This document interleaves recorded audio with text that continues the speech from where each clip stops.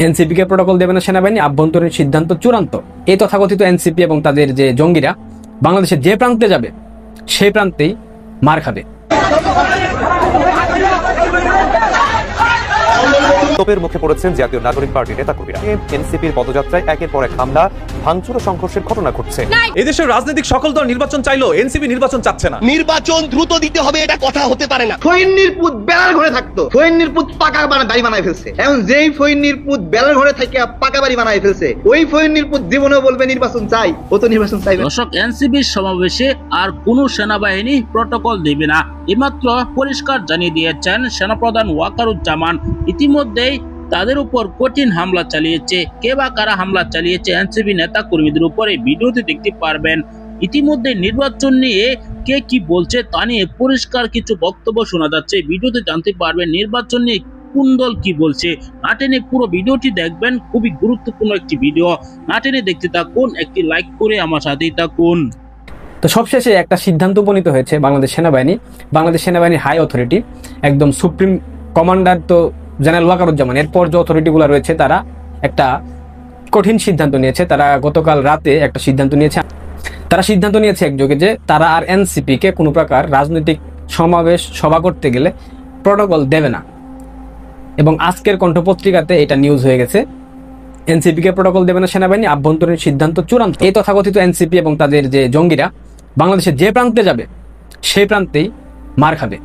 নির্বাচন নিয়ে যে একটা মুলার জুস খাইয়ে দেওয়া হয়েছে বিএনপিকে। বিএনপি যদিও বুঝতে পারছে যে বাংলাদেশে নির্বাচন হওয়ার মতো প্রেক্ষাপট ডক্টর ইউনূস রাখে নাই, সামনের দিনে সেই প্রেক্ষাপট আরো ঘোলাটে হবে। এবার নির্বাচন ডিসেম্বরের মধ্যে নির্বাচন হতে হবে। যদি ডিসেম্বরের মধ্যে নির্বাচন দেওয়া না হয় তাহলে এই সরকারকে 1 ঘন্টাও না রাখতে হবে। অন্যদিকে বিএনপির নেতাকর্মীরা যুক্ত হচ্ছে জামাতের সাথে। বিএনপি করতে পারে কি? এখন আমি বিএনপি আর করি না। এই সরকার ইচ্ছাকৃতভাবে এই অপকর্মগুলো করছে। আসলে কি সরকার ইচ্ছাকৃতভাবে এই কাজগুলো করছে? অত্যন্ত দুঃখজনক, আমি নিজেও খুব মর্মাহত হলাম। এরকম ভাবে পড়তে গিয়ে আজ মর্মাহত। আমরা স্বৈরাচার বিদায় করছি, কিন্তু স্বৈরাচারের বীজ এখনো বিদায় করতে পারি নাই। এই দেশের রাজনৈতিক সকল দল নির্বাচন চাইলেও এনসিপি নির্বাচন চাচ্ছে না। নির্বাচন দ্রুত দিতে হবে, এটা কথা হতে পারে না। ফৈন্নির পুত বেলার ঘরে থাকতো, ফৈন্নির পুত পাকা বাড়ি বানায় ফেলছে। এখন যেই ফৈন্নির পুত বেলার ঘরে থেকে পাকা বাড়ি বানায় ফেলছে, ওই ফৈন্নির পুত জীবনেও বলবে নির্বাচন চাই, ও তো নির্বাচন চাইবে না। সাধারণ ছাত্র জনতা বিএনপি লিডার তারেক রহমানকে চ্যালেঞ্জ দিলেন। আমি তারেক রহমানকে বলতে চাই, আপনি যদি রাজনীতি করতে চান তাহলে এই বহিষ্কার না, আপনি এই নির্বাচনের আগে 6 মাস সময় নিয়ে আপনি আগে আপনার দলকে সংস্কার করে দেখান, তাহলে দেশের মানুষ আপনাদেরকে নির্বাচন আসতে দিবে। না হয় আমরাই আপনাদেরকে নির্বাচন করতে দিব না। যমুনা টিভিতে প্রকাশিত একটি নিউজের মধ্যে দেখা যায় নাটোরে জমি নিয়ে দ্বন্দ্বে 10 দোকানে তারা তালা দিয়েছে। জামায়াত বিএনপির নেতা গ্রেপ্তার। তোমরা চাঁদাবাজি ছেড়ে দাও,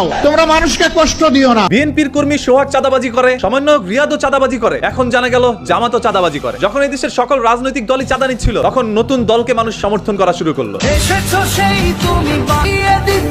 এই নাকি হবে আমাদের বাংলাদেশের নতুন সরকার, তার হাতে এই দেশ নাকি ভালো থাকবে। কথা কিন্তু মিথ্যা নয়, পাগলের হাতে দেশ ছেড়ে দিলে সকল পাগলই ঠিক হয়ে যাবে। আমি গুলি খেয়েছি এই দেশের জন্য, তারপর আমি জেল কেটেছি এই দেশের জন্য, খুব কষ্ট যে বলো, আমি রিমান্ড কেটেছি এই দেশের জন্য, খুব অন্যায় হয়েছে, আমি শত নির্যাতন সহ্য করেছি এই দেশের জন্য।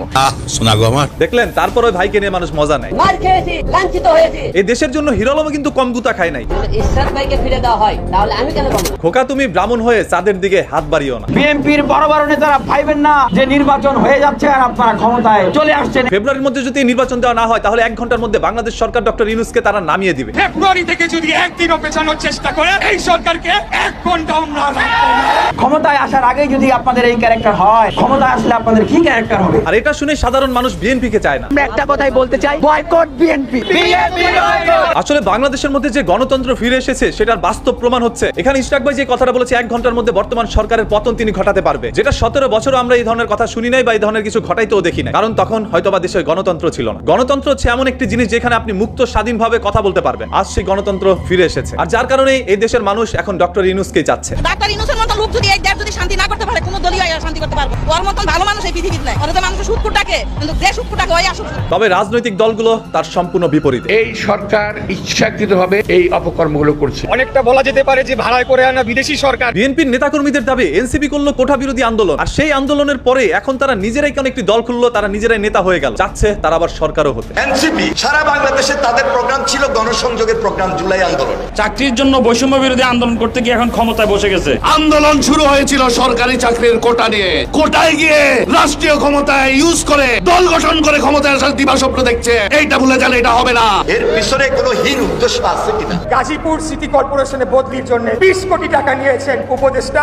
আসিফ মাহমুদ। আর এই জন্যই আসিফ মাহমুদের পতন চেয়ে রাস্তার মধ্যে আন্দোলন করতে নেমে গেল ইশরাক। আমরা বলেছি আসিফ মাহমুদের পদত্যাগ না হওয়া পর্যন্ত আমরা আন্দোলন ছাড়ছি না। তাদেরকে জবাব দেওয়া হবে। তারা নিজেদেরকে কি বিএনপির সমতুল্য ভাবতে চায়? আসলে এনসিপি কখনো বিএনপির সমতুল্য হতে পারবে না, কারণ এনসিপি যারা করছে সেই সকল মানুষগুলোর জন্ম হওয়ার আগে থেকে বিএনপি দেশের মধ্যে চলমান। আর এনসিপি নতুন করে দেশকে সংস্কার করতে চাচ্ছে, তারা একটি নতুন দল। তাদের সাহস দেখে অনেকেই অবাক হয়ে গিয়েছে। সরকার চালানো আর সরকার নামানো এক জিনিস না। কথাটি আসলে সত্য, সরকার নামানো আর সরকার চালানো কখনোই এক জিনিস নয়। যারা হাত পাকা দিয়ে 16 বছর আওয়ামী লীগকে বাতাস করেছে, তবে তারাই নাকি এখন পিআর পদ্ধতিতে নির্বাচন চাচ্ছে। তারা নাকি কোথাও পিআর পদ্ধতি ছাড়া নির্বাচন চায় না। যখন এই দেশের মধ্যে আওয়ামী লীগ সরকার ছিল তখন এই দেশের সকল রাজনৈতিক দল বা জনগণ একত্র হয়ে গিয়েছিল। গোপনে গোপনে সবাই আওয়ামী লীগের বিপক্ষে কথা বলে। একসময় বাংলাদেশের সকল মানুষ একত্রে হয়ে আওয়ামী লীগের পতন ঘটায়। নতুন করে স্বপ্ন দেখতে থাকে এই দেশের মধ্যে নতুন কোন দল আসবে, নতুন ভাবে দেশটাকে তারা সংস্কার করবে। আমাদের ভুল হয়েছে একটা জিনিস, এক হচ্ছে শহীদ না হয়ে আমাদের অপরাধ হয়ে গেছে, আর এক হচ্ছে হাসিনাকে যে ফালাইছে এটা আমাদের অপরাধ হয়েছে। কম কষ্ট বুকের মধ্যে চাপা রেখে কথাগুলো হাসনাত আব্দুল্লাহ বলে নাই। যারা নিজের প্রাণকে বাজি রেখে রাস্তার মধ্যে আন্দোলন করছিল, আজকে তাদের বিরুদ্ধে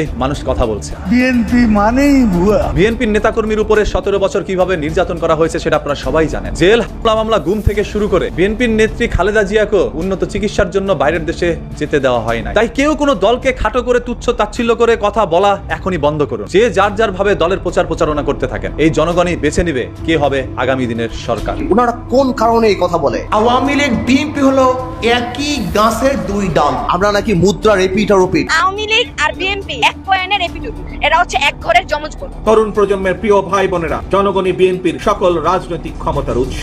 বিএনপির লিডার তারেক রহমানের কথাগুলো আসলেই ভালো লাগে, যিনি সবসময় তরুণ প্রজন্মকে নিয়ে কথা বলে যান। তিনি দেশটাকে নিয়ে সবসময় ভাবেন নতুন করে আবার ওই দেশটাকে এগিয়ে নিয়ে যাবে। সেইভাবে জামাতও ভাবে, এনসিপিও ভাবে, অন্যান্য রাজনৈতিক দলও দেশের জন্যই কাজ করে। আপনি যে দল করেন, যে নামে করেন, যদি না বদলান আপনাদের ইতিহাস হাসিনার মতো হবে। সবাই দেশ নিয়ে যখন ব্যস্ত তখন এই দেশের জনগণ না খেয়ে মরে। দেশ নিয়ে ব্যস্ত থাকা শুধুমাত্রই কি দেশের মধ্যে বড় বড় ব্রিজ বানানো আর বড় বড় প্রকল্প চালু করা, নাকি এই দেশের ক্ষুধার্ত জনগণের পাশে দাঁড়ানো? যারা সুবিধা বঞ্চিত মানুষ রাস্তার মধ্যে ঘুরে বেড়াচ্ছে, যারা আপনি রাস্তার মধ্যে বেরোলে হঠাৎ করে আপনার সামনে এসে দুই হাত পেতে বলছে আমাকে কিছু টাকা দেন, আমি একবেলা ভাত খাবো। যারা পড়াশোনা করেও শিক্ষিত হয়েও আজকে বেকার অবস্থায় চাকরির অভাবে রাস্তায় ঘুরে বেড়াচ্ছে। আপনারা সবাই দেশের জন্য চিন্তা করছেন। দেশ নিয়ে ভাবার আগে দেশের জনগণের জন্য ভাবো। একটি কথা মাথায় রাখবেন, সকল শক্তির ঊর্ধ্বে হচ্ছে জনগণ। দর্শক, বাংলাদেশের রাজনীতিতে যে একটি অবস্থা সৃষ্টি হয়েছে, সকলে ক্ষমতায় আসার জন্য জোর চেষ্টা চালায়, কিন্তু মানুষের কথা কেউ ভাবে না।